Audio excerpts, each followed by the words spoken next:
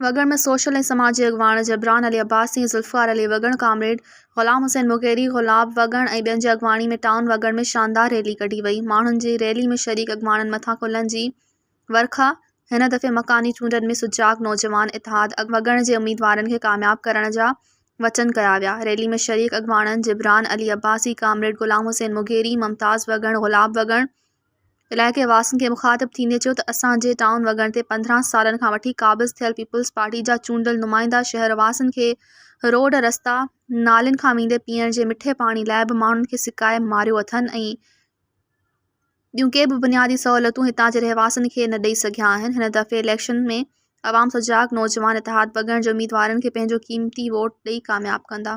मज़ीद ख़बरनि ऐं तफ़सीलात लाइ विज़िट कयो असांजी वेबसाइट www.awamiNewsHD.com ऐं ॾिसंदा रहो अवामी न्यूज़ HD।